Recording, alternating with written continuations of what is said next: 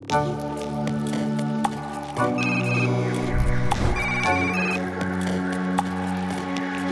is the first time we are going to fly with our hydrogen drone, and it took us about a year of preparation to get there, but today it's going to happen.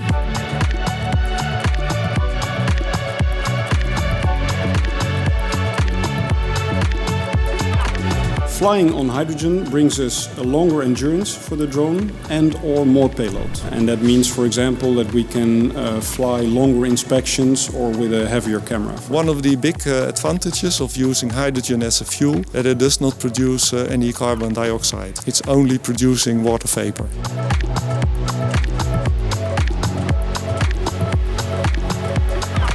The challenges in this project for us at the drone side is mainly safety. Hydrogen is a very explosive medium, so if you do not take precautions, explosions could happen. We prepared an explosion safety document. We had to do an extensive safety analysis, looking at all the aspects of flying with hydrogen and what we have to do to make this flight safe.